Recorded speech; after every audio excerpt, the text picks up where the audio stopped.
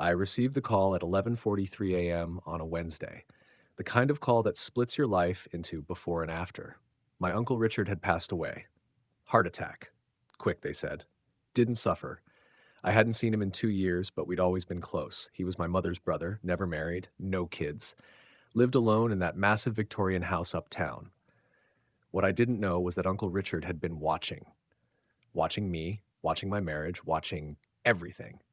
And what he left behind would expose secrets I never saw coming.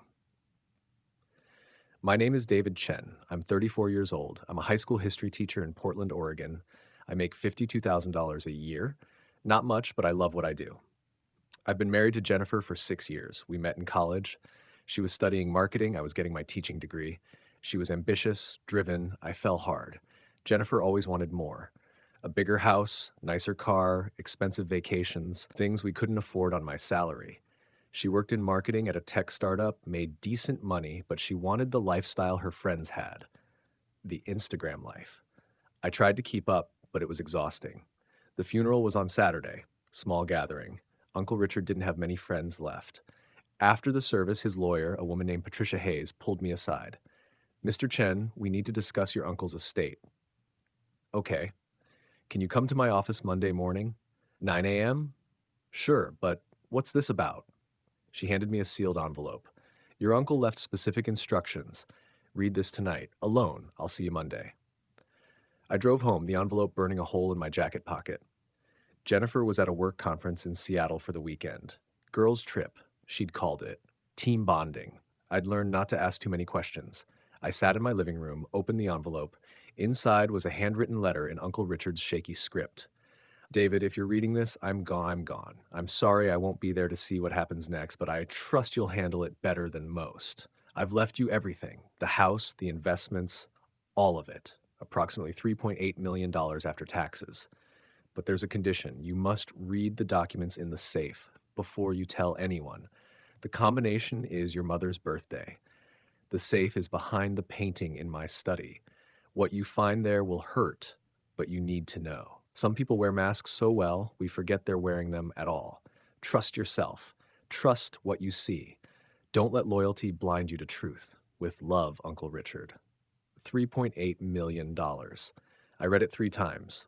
My hands were shaking. Uncle Richard had money, I knew that, but $3.8 million? I'd been teaching for 9 years, saving every penny, and we had maybe $40,000 to our name. I drove to Uncle Richard's house that night, let myself in with the key Patricia had given me. The house smelled like old books and pipe tobacco. I found the study, found the painting, a landscape of the Oregon coast, swung it open. The safe was there, just like he said. I entered my mother's birthday. Click. Inside were documents, bank statements, photographs, and a USB drive with my name on it. I took everything, drove home, and started reading. The bank statements showed regular transfers, $2,500 every month for the past 4 years to an account I didn't recognize. I checked the account holder's name, Jennifer Marie Chen, my wife. But this wasn't our joint account. This was something else. I plugged in the USB drive, video files, dozens of them, all dated, all labeled. I clicked the first one, dated 2 months ago. It was security camera footage. Uncle Richard's house, front door. The timestamp read 2:17 p.m. on a Tuesday. I would have been at work. The door opened. Jennifer walked in. She wasn't alone. A man followed her. Tall, well-dressed, expensive watch. They were laughing. I clicked the next video. Same camera, different date. 3:45 p.m. on a Thursday. Jennifer and the same man, holding hands, going inside. I clicked through 6 more videos, different dates, same pattern, always in the afternoon, always when I'd be at work, always the same man. Then I found the bedroom footage. Uncle Richard had cameras in the guest room. I didn't want to watch. I had to watch. Jennifer and this man, in Uncle Richard's guest room, in his bed. The timestamp was from 3 weeks ago. I watched 30 seconds and had to stop. I ran to the bathroom and threw up. When I came back, I kept searching the files, found a folder labeled Financial Records. Inside were screenshots, text messages between Jennifer and someone named Marcus. When are you leaving him? Soon. I just need to wait for the right time. You've been saying that for 6 months. I know, but David's uncle is sick, very sick. When he dies, David might inherit something. If I leave now, I get nothing. If I wait, I might get half of whatever he gets. How much are we talking? Richard is loaded, could be millions. David has no idea. So we wait, then we're free. The messages were from 4 months ago, right around the time Uncle Richard's health started declining. I sat there in my living room, surrounded by evidence of my wife's betrayal, and I started laughing. Not happy laughing. The kind of laughing you do when the universe reveals just how stupid you've been. Uncle Richard knew. He'd known for months, maybe years. That's why he'd been giving Jennifer money. He was testing her, watching her, documenting everything. I spent the rest of the weekend going through every file. The pattern was clear. Jennifer had been cheating for at least 2 years, probably longer. The man's name was Marcus Ashford. He worked at her company, VP of sales, married, 2 kids. Uncle Richard had evidence of everything. Hotel receipts, charged to Jennifer's credit card, the one I didn't know about. Photos of them at restaurants, always across town where no one we knew would see them. Text messages planning their future together. My wife's words, David's sweet, but he's never going to give me the life I want. He's content being a teacher forever. I need more. Monday morning, I met with Patricia. She walked me through the inheritance, $3.8 million in investments and accounts. The house worth another $1.2 million. Total estate value of $5 million. Your uncle was very specific about the conditions, Patricia said. You inherit everything, but you must file for divorce within 30 days of accepting the inheritance. He put that in his will? He did. He also insisted that the inheritance remains separate property acquired after his death, not during your marriage. Legally, as an inheritance in Oregon, your wife has no claim to it as long as you keep it separate. Did he tell you why? Patricia handed me another envelope. He left this for you to share with me if you chose.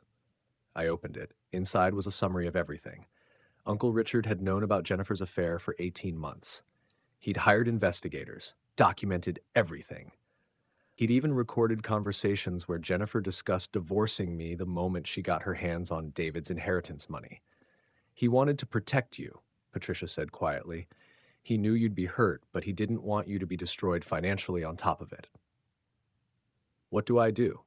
You accept the inheritance. You file for divorce, citing irreconcilable differences. You keep your mouth shut about the money until after the divorce is final. Oregon is an equitable distribution state, but inheritances are separate property. If she doesn't know about it, she can't claim it. Is that legal? As long as you disclose it, if asked directly under oath, yes. But if she doesn't ask the right questions, you're not obligated to volunteer information. I nodded. How long will the divorce take? 6 months minimum. 6 months minimum, maybe longer if she contests it. She'll contest it. She's waiting for money she thinks is coming. Patricia smiled. Then we'll drag it out. The longer it takes, the more desperate she'll get, and desperate people make mistakes. I went home. Jennifer was back from Seattle. She was in a good mood. How was the funeral? Sad. He was a good man. I'm sorry, baby. She hugged me. I felt nothing. Did his lawyer say anything about the will? Yeah, there's some stuff to sort out. Nothing major. Oh, I could hear the disappointment. Well, let me know if you need help with anything. I will. That night, she went to bed early. I stayed up, looking through more files. Uncle Richard had left me one more thing, a recorded video message.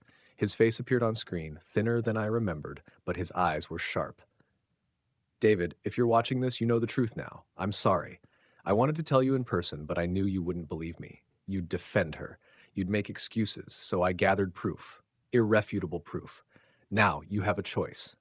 You can confront her, have a big dramatic scene, let her know what you know. Or you can be smart about it. File for divorce quietly.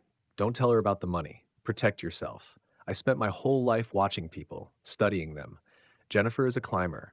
She married you because you were safe, kind, stable, but she never loved you the way you deserved. She loved the idea of you, the placeholder, until something better came along. Marcus is her something better, or so she thinks. The truth is, Marcus will never leave his wife. He's told her he will, but he won't. I have evidence of that too. He's been having this same affair pattern for years. Different women, same promises, same lies. You deserve better, David. You deserve someone who sees your value. Teaching isn't glamorous, but it's noble. It's important. Don't let anyone make you feel small for choosing a life of purpose over a life of profit. Take the money. Start over. Live well. That's the best revenge. With all my love, Uncle Richard. I filed for divorce on Tuesday. Jennifer got served at work on Thursday. She came home in tears. David, what is this? Divorce papers. I can see that. Why? We're not happy, Jen. What are you talking about? We're fine. We're not. You know we're not. Is this about money? Because I know teaching doesn't pay much, but it's not about money. Then what? It's about you not loving me, about you waiting for something better. Her face went white. Who told you that? Does it matter? She started crying. David, I do love you. No, you don't. And that's okay, but I'm not doing this anymore. We can fix this. We can go to counseling. I don't want to fix it. I want out. Please, don't do this. I already did. I walked upstairs, locked the bedroom door, and slept better than I had in years. The divorce took 8 months. Jennifer fought everything. She wanted the house, half my pension, spousal support. My lawyer, a shark named Catherine Wu, shot down every request. Your client wants support based on what income? Catherine asked Jennifer's lawyer. Mr. Chen makes $52,000 a year as a teacher. Your client makes $78,000 in marketing. She out-earns him. No judge is awarding her spousal support. Jennifer tried a different angle. She claimed emotional distress, said I'd blindsided her. Catherine produced evidence that Jennifer had been discussing divorce for months, texts to friends about timing it right. The inheritance never came up. Jennifer's lawyer never asked about it. They assumed I was a broke teacher with nothing to offer. They were so focused on the house and my pension that they missed the forest for the trees. In the end, Jennifer got her car and half the savings account, $20,000. I kept the house, my pension, and my freedom, and $3.8 million she didn't know existed. 2 weeks after the divorce was final, I sold the house. Couldn't stand to live there anymore. I bought a small condo near the school, simple, clean, peaceful. Then I did something Jennifer never expected. I quit teaching. Not because I didn't love it, but because Uncle Richard's inheritance gave me options. I started a foundation, the Richard Chen Teaching Excellence Fund, full scholarships for students pursuing teaching degrees, $100,000 a year in scholarships. I funded it with $2 million from the inheritance. The local news picked it up. Former teacher establishes major scholarship fund. Jennifer saw it, I know because she texted me. You had money this whole time? I didn't respond. She texted again. You lied to me during the divorce. I replied, I never lied. Your lawyer never asked. Not my fault you assumed I had nothing. She tried to reopen the divorce. Her lawyer filed a motion claiming fraud. Catherine laughed when she read it. They have no case. Inheritances are separate property. He disclosed all marital assets. Just because they didn't ask about post-separation inheritance doesn't mean he committed fraud. The judge agreed, dismissed the motion, ordered Jennifer to pay court costs. I heard through mutual friends that Jennifer and Marcus broke up. Turns out Uncle Richard was right. Marcus never left his wife. Jennifer was just another affair, another distraction. Last I heard, she was dating someone new, someone rich. Old habits die hard. 6 months after the divorce, I met someone. Her name was Sophie. She was a librarian. We met at a coffee shop. She was reading a book about the Pacific Northwest. I asked her if it was any good. We talked for 3 hours. On our third date, I told her about the inheritance, about Uncle Richard, about Jennifer, about everything.